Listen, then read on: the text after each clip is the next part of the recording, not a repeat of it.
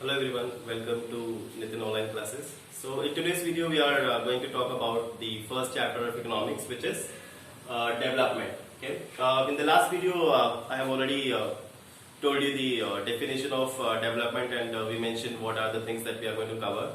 So development basically means that when there is enough per capita income, when there is increase in the per capita income, and increase in the life standard of people, and reduction in poverty or illiteracy, that thing can be considered as a development. But in this video, in this segment, what we need to try and understand is that different people have different goals of development. मतलब development हर किसी के लिए अलग होता है, right? ये चीजें हमें समझनी है कि different people have different goals of development. So एक farmer के लिए development क्या होगा? See, farmer के लिए development क्या हो सकता है कि when he gets better price for his crops, है ना? जब उसका बहुत ही कम exploitation हो और उसको अपने प्राइस का अपने क्रॉप्स का बेटर प्राइस मिले, बेटर एमएसपी मिले, which is minimum support price. हम लोग 9th क्लास में इसको पढ़ा हुआ है. और दूसरा क्या है, उसको बेटर एग्रीकल्चरल फैसिलिटीज मिले, लाइक बेटर इरिगेशन फैसिलिटीज मिले, पेस्टिसाइड्स मिले. So those are the things. If the farmer is getting all those things, he will think that he is in a developed society, or government has been trying to help him. And if we talk about students, can this be the same thing for a student? He doesn't care what the farmer gets, right? He has his own wishes. If those things are getting fulfilled, then he would say that yes, he is living in a developed society. So let's talk about what student wants. He wants better education, of course. अगर एक student है, वो रोज school जाता है, school में उसको अच्छे marks मिल रहे हैं, अच्छा एजुकेशन मिल रहा है, टीचर्स इनडिस्क्रिमिनेटली पढ़ा रहे हैं, right, without any exploitation, without any discrimination, तो definitely that will be the goal of the student. Second, he wants love, he expects love and respect in the school. So if he gets that, he would feel that he is living in a developed society. उसके बाद हम बात करते हैं tribals की. देखो, अब tribals क्या चाहते हैं? They want ban the developmental projects. क्यों डेवलपमेंटल प्रोजेक्ट्स को बैन क्यों चाहते हैं वो लोग? देखो, इस चीज को हमें थोड़ा सीरियस समझना चाहिए. If you are talking about the tribal groups, क्या होता है, हम लोगों ने 9th क्लास में और 8th क्लास में पढ़ा हुआ है इसको. When government starts any developmental project, let's say that they are going to open a new railway route, right? For that they need to lay down the tracks, and for that they need to have land. So in that process what they do is they create land, right? वो लोग land को create करने के लिए क्या करते हैं? They go for deforestation. Or in the process of deforestation, what happens is the people who live in the forest. Who are the people who live in the forest? It's the tribals, जो आदिवासी हमारे साथी हैं, जो लोग जंगलों में रहते हैं.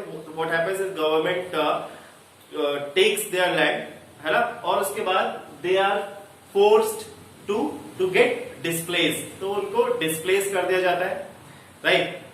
उस प्रोसेस में क्या होता है, उसमें हमारे लिए तो एक रेलवे ट्रैक बन गया, हमारे लिए एक डैम बन गया, एक डैम बन गया हमारे लिए. बट उनके लिए क्या हुआ? They lost their land, they lost their livelihood, they lost their everything. In short, we can say they lost their livelihood, they lost their life itself. तो इसमें क्या होता है कि वो डेवलपमेंट, हमें तो एक डैम मिल गया, एक रेलवे ट्रैक मिल गया, but for the tribal groups their life gets destructed, है ना. तो इस वजह से क्या वो क्या चाहते हैं? There should be a ban on the developmental projects which require the deforestation, or which requires the displacement of the tribal groups or the people who are inhabitant of that particular land. तो यहाँ पे हमें ये समझना है कि जो development होता है, like the notion is what may be development for one may not be the same for other. जो किसी एक ग्रुप के लिए जो डेवलपमेंट होता है, वो जरूरी नहीं है कि दूसरे के लिए भी सेम हो, और at times it becomes destructive, जो हमने अभी ट्राइबल ग्रुप्स वाले एग्जांपल से समझा है. तो यहाँ पे आई होप इसको आप लोग अच्छे से लिख सकते होंगे. कैसे एक जो डेवलपमेंट होता है वो कॉन्ट्रेडिक्टरी होता है दो लोगों के बीच में. क्योंकि the goals of the development do not remain the same, सबसे पहला। उसके बाद दूसरा कि development can not be the same for all. What may be the development for one may not be the same for other, and it may even be more destructive. With the help of the example of tribal groups, we need to make the examiner understand in the examination also. और एक example देता हूं, जैसे नर्मदा बचाओ आंदोलन आप लोगों ने सुना होगा, सेव नर्मदा मूवमेंट। इसमें क्या था, जो एक डैम का प्रोजेक्ट है ये, जो कि सरदार सरोवर जो डैम अब बन चुका है, उसके खिलाफ या उसके अगेंस्ट में ये पूरा मूवमेंट चला था। तो अब वो डैम बन चुका है, अब उसकी वजह से क्या हुआ कि there are many people who have been displaced. तो ऐसा कई सारे डैम प्रोजेक्ट के साथ होता है। तो when a dam is made, so what happens is many people, many inhabitants are displaced, है ना। तो सेम चीज है, उस डैम से तो फार्मर्स को फायदा मिलेगा और दूसरे ग्रुप्स ऑफ सोसाइटी को फायदा मिलेगा, बट जिसको नहीं मिलेगा वो कौन होगा, ट्राइबल ग्रुप्स या the inhabitants of that land who have been displaced now.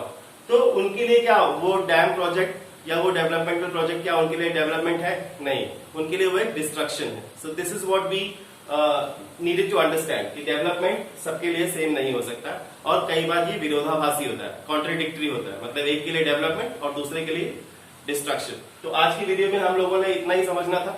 Next video में I will come up with the further segment of the chapter. Till then, keep studying and keep sanitizing yourself. Thank you.